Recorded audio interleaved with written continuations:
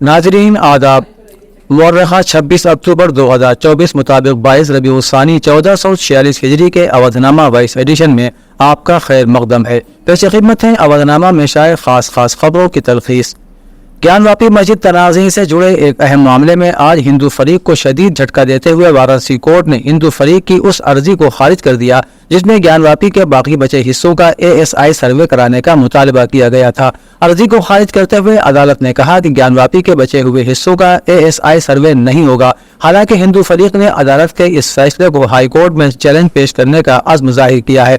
काबिल जिक्र है कि ज्ञानवापी मामले के अहम केस में 33 बरस के बाद यह फैसला आया है। वाराणसी के FTC कोर्ट ने ज्ञानवापी इहाते के इजाफी सर्वे का मुतालबा खारिज करने का फैसला सुनाया है। सोमनाथ में मुनज़्ज़म करदा 9 मसाजिद और दरगाहों से मुताल्लिक़ जमीयत उलमा गुजरात और औलियाए दीन कमेटी की अर्जी पर आज सुप्रीम कोर्ट में अहम समाअत हुई। अदालत में इस मामले की नज़ाकत को महसूस किया गया क्योंकि मौजूदा अहद में एक साथ इतनी इबादतगाहें कहीं नहीं तोड़ी गईं। सुप्रीम कोर्ट ने हुकूमत गुजरात की यकीन दहानी को रिकॉर्ड करते हुए कहा कि अगली समाअत तक ये जमीन हुकूमत के पास रहेगी और तीसरे फरीक को अलाट नहीं की जाएगी। उस वक्त सुप्रीम कोर्ट में सन्नाटा छा गया जब कपिल सिब्बल और दीगर वकला ने अदालत के सामने दलाइल पेश किए कि इन कदीम इबादतगाहों को बिला वजह निशाना बनाया गया है, जबकि दूसरी तरफ वहां मौजूद मंदिर को छोड़ दिया गया है। कपिल सिब्बल के दलाइल पर तबसरा करते हुए जस्टिस गोई ने जुबानी तौर पर कहा कि अगर जरूरी हुआ तो अदालत इन इबादतगाहों की दोबारा बहाली का भी हुक्म दे सकती है।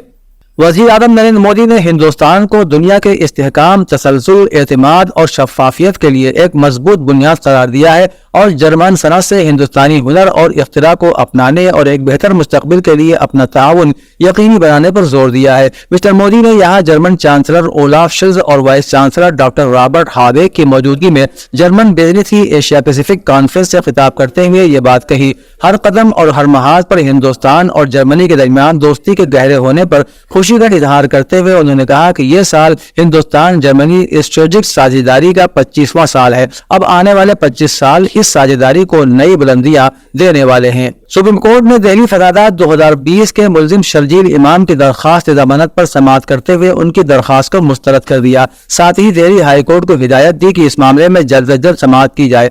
अदालत ने वजाहत की कि शर्जील इमाम का मामला दिल्ली हाई कोर्ट में पहले से जेर इल्तिवा है, इसलिए बराह रास्त सुप्रीम कोर्ट में दरखास्त देना कानूनी तौर पर दुरुस्त नहीं है। जस्टिस बेला त्रिवेदी और जस्टिस SC शर्मा की बेंच ने कहा कि दरखास्त गुजार को पहले हाई कोर्ट से रुजू करना चाहिए। शर्जील इमाम के वकील सीनियर एडवोकेट सिद्धार्थ देव ने अदालत के सामने दलील दी कि उनकी दरखास्त 2022 से हाई कोर्ट में जेर इल्तिवा है। याद रहे कि शर्जील इमाम को 2020 में दिल्ली में होने वाले फसादात के दौरान नफरत अंगेज तकरीर और मुबैना तौर पर लोगों को उकसाने के इल्जाम में गिरफ्तार किया गया था। उत्तरकाशी में मुबैना तौर पर गैर कानूनी मस्जिद को हटाने के मामले पर जुमेरात को हिंदू तंजीमों की जानिब से एक अवामी एहतजाजी रैली निकाली गई। काबिल जिक्र है कि कल रैली के दौरान मस्जिद तनाज़े ने पुरतशद्दुद रुख अख्तियार कर लिया, जिससे शहर में तनाव का माहौल पैदा हो गया। जब पुलिस ने हिंदू तंजीमों की तरफ से निकाली गई रैली को रोकने की कोशिश की, इस दौरान पुलिस और मुजाहिरीन के दरमियान झड़प भी हुई। पथराव और लाठीचार्ज के वाक़यात में 8 पुलिस एहलकारों समेत 27 अफराद जख्मी हुए हैं। यह मस्जिद काफी पुरानी है, लेकिन फिर भी हिंदू तंजीमें इसे गैर कानूनी करार दे रही हैं। वज़ीर आला योगी आदित्यनाथ ने आज रियासत की पहली आयुष यूनिवर्सिटी महायोगी गुरु गोरखनाथ आयुष यूनिवर्सिटी के तामीराती कामों का मुआयना किया, जो कि जिला गोरखपुर में तामीर की जा रही है। मुआयने के दौरान उन्होंने अमल आवरी करने वाली तंजीम के ओहदेदारों को हिदायत दी कि वो 30 नवंबर तक बाकी तमाम कामों को मुकम्मल कर लें ताकि आयुष यूनिवर्सिटी का शानदार इफ्तिताह किया जा सके।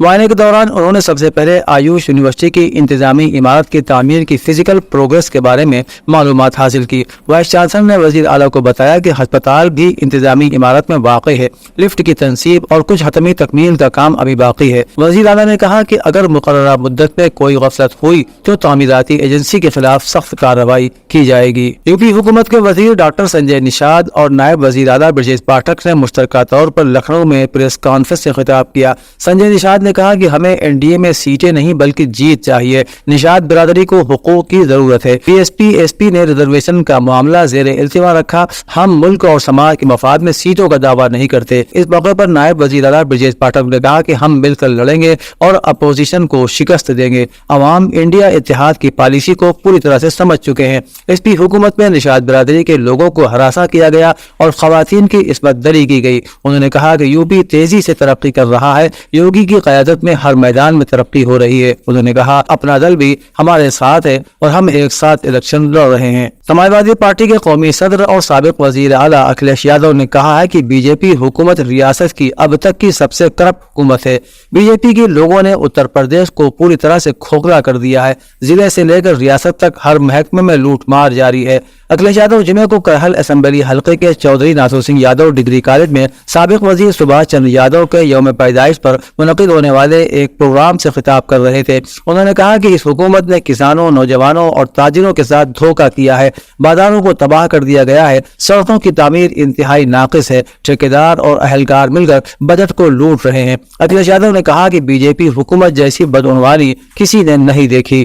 National commission for Indian system of medicine Delhi اور institute for social harmony and upliftment ISHU کے اشتراک سے ایک مذاکراتی میٹنگ منعقد ہوئی۔ اسٹیٹ تکمیل الطب کالج لکھنؤ میں ہونے والے اس پروگرام میں Rakesh Sharma chairman board ethics and registration NCISM بطور مہمان خصوصی شریک ہوئے۔ ایشو کے چیئرمین ڈاکٹر انیس انصاری نے پروگرام کی صدارت کی اور سیکریٹری جنرل محمد خالد نے یونانی کے لیے ایشو کی جانب سے کی جانے والی سرگرمیوں پر تفصیل سے روشنی ڈالی۔ مہمان خصوصی راکیش شرما نے مذاکراتی سیشن میں ایک سوال کے جواب میں کہا کہ آیوش کے ڈاکٹر جھولا چھاپ نہیں ہیں۔ سب سے اہم بات یہ ہے کہ ہم اپنے حقوق اور آیوش کے قوانین اور ضوابط سے پوری طرح سے واقف رہیں۔ عہدنامہ کے جہانما صفحے کے مطابق رہبر انقلاب اسلامی آیت اللہ العظمیٰ سید علی خامنہئی نے مزاحمتی محاذ کے عزیز جوانوں کے نام اپنے ایک پیغام میں حزب اللہ کی ایگزیکٹو کونسل کے سربراہ سید ہاشم صفی الدین کو خراج عقیدت پیش کرتے ہوئے کہا کہ آج بھی حزب اللہ لبنان کی سب سے مضبوط محافظ اور جارح صہیونی حکومت کی توسیع پسندی کے مقابلے میں سب سے مضبوط ڈھال ہے کہ جو عرصہ دراز سے لبنان کو تقسیم کرنے کے درپے ہے۔ انہوں نے کہا کہ مجاہد سید ہاشم صفی الدین بھی شہدائے مزاحمت کی صف میں شامل ہو گئے۔ وہ حزب اللہ کی نمایاں ترین شخصیات میں اور سید حسن نصر اللہ کے دیرینہ دوست اور ساتھی تھے۔ آیت اللہ العظمیٰ خامنہئی نے اس پیغام میں فرمایا کہ اسلامی جمہوریہ ایران ہمیشہ کی طرح مجاہدین قدس اور ان لوگوں کی مدد کرتا رہے گا جو فلسطین پر قابض جرائم پیشہ گروہ کے قبضے کے خلاف مزاحمت کر رہے ہیں۔ پاکستان کے صوبہ خیبر پختونخوا میں حکام کا کہنا ہے کہ ڈیرہ اسماعیل خان کے پاس عسکریت پسندوں کے ایک حملے میں 10 پولیس اہلکار مارے گئے ہیں۔ خبر رساں ادارے نے پولیس ذرائع کے حوالے سے بتایا ہے کہ یہ حملہ جمعرات کو دیر رات گئے شمال مغربی شہر ڈیرہ اسماعیل خان کے قریب ہوا۔ ایک سینئر انٹیلیجنس افسر نے نام ظاہر نہ کرنے کی شرط پر AFP سے بات چیت میں کہا کہ فائرنگ کا شدید تبادلہ تقریباً 1 گھنٹے تک جاری رہا۔ اس حملے میں پولیس کے 10 اہلکار ہلاک اور 7 زخمی ہوئے۔ خیبر پختونخوا کے وزیر اعلیٰ علی امین گنڈاپور نے اس حملے کی سخت الفاظ میں مذمت کرتے ہوئے کہا کہ اس نوعیت کے حملوں سے سیکیورٹی فورسز کے حوصلے پست نہیں ہوں گے۔ ہم دہشت گردی کے خلاف متحد اور پرعزم ہیں۔ روس کے 3 روزہ سربراہی اجلاس کے اختتام پر ایک پریس کانفرنس سے خطاب میں روسی صدر ولادیمیر پوتن کا کہنا تھا کہ اگر واشنگٹن تعلقات میں بہتری کا خواہاں ہے تو روس بھی کھلے دل سے اس کے لیے تیار ہے۔ انہوں نے صحافیوں کو بتایا کہ انتخابات کے بعد روس اور امریکہ کے تعلقات کیسے آگے بڑھیں گے اس کا انحصار امریکہ پر ہوگا۔ واضح رہے کہ سن 2022 میں یوکرین پر روسی حملے کے بعد ماسکو اور واشنگٹن کے تعلقات میں مسلسل کشیدگی دیکھنے میں آ رہی ہے۔ اس سربراہی اجلاس کے اختتام پر پریس کانفرنس کے دوران پوتن نے یوکرین میں تنازع ختم کرنے سے متعلق امریکی صدارتی امیدوار ڈونلڈ ٹرمپ کے وعدوں کے بارے میں پوچھا گیا۔ انہوں نے نامہ نگاروں کو بتایا کہ مسٹر ٹرمپ نے حال ہی میں یوکرین میں تنازع ختم کرنے کے لیے ہر ممکن کوشش کرنے کی خواہش کے بارے میں بات کی ہے۔ المقدسہ میں جمعہ 25 اکتوبر کو ہندوستانی طلاب کی 35 انجمنوں کے زیر اہتمام ایک بین الاقوامی سیمینار راہ مقاومت کا انعقاد کیا گیا، جس میں شہید سید حسن نصر اللہ اور دیگر شہدائے مقاومت کو خراج عقیدت پیش کیا گیا۔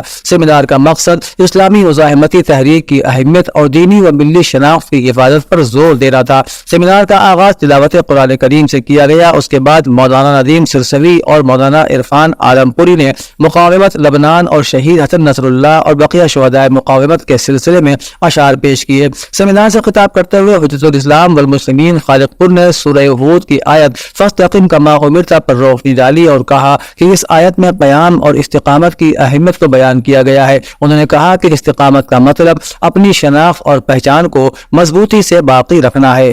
اودھ نامہ میں شائع مضامین کو مکمل طور پر پڑھنے کے لیے اودھ نامہ کی ویب سائٹ www.awadhnama.com پر وزٹ کریں اور ای پیپر پر کلک کریں۔